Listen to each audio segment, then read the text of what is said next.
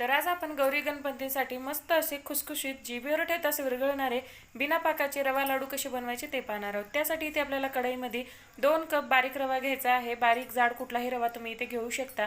आणि आता हा रवा आपल्याला कोरडा छान खमंग वास येईपर्यंत भाजून घ्यायचा आहे।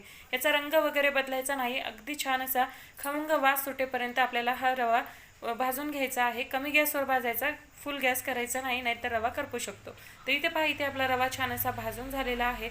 रवा भाजून झाला की त्यानंतर यामध्ये अर्धा कप खोबऱ्याचा किस घालायचा आहे। खोबऱ्याचा किस घालणं इथं पूर्णपणे ऑप्शनल आहे, पण खोबऱ्याच्या किसने हे लाडू खूप छान लागतात। सगळ्यात शेवटी घालायचे आणि फक्त मिनिटभर परतून घ्यायचे, म्हणजे लाडू खूप जास्त दिवस टिकतात, खोबऱ्याचा खवट वास येणार नाही।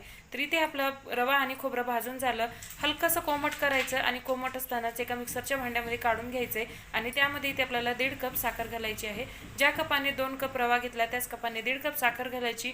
5 ते 6 वेलचीचे दाणे खोलून घालायचे आणि मिक्सरला छान असं बारीक होईपर्यंत आपल्याला हे सर्व साहित्य दळून घ्यायचं आहे।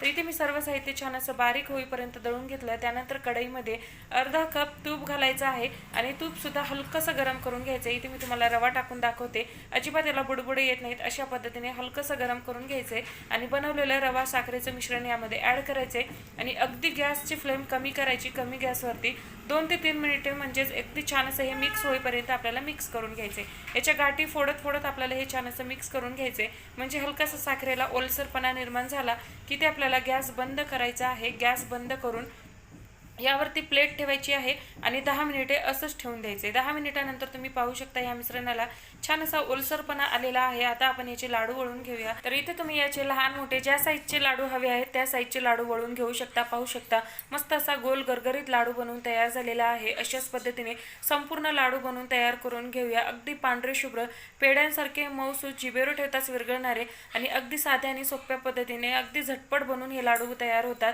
तर या गौरी गणपतीला तुम्ही सुद्धा हे लाडू नक्की ट्राय करा। याची डिटेल रेसिपी चॅनलवर अपलोड केलेली आहे, नावाखाली त्रिकोणाला टच करून डिटेल रेसिपी नक्की पहा। तर इथे आपले संपूर्ण लाडू वळून झालेले आहेत। तुम्हाला सुद्धा पाकाचे लाडू जमत नसतील तर हे बिना पाकाचे लाडू नक्की ट्राय करा। अगदी सहज बनवून तयार होतात, कोणीही बनवू शकेल, इतकी साधी आणि सोपी रेसिपी आहे। आणि रेसिपी आवडली तर रेसिपीला लाईक शेअर सबस्क्राईब नक्की करा आणि व्हिडिओला फॉलो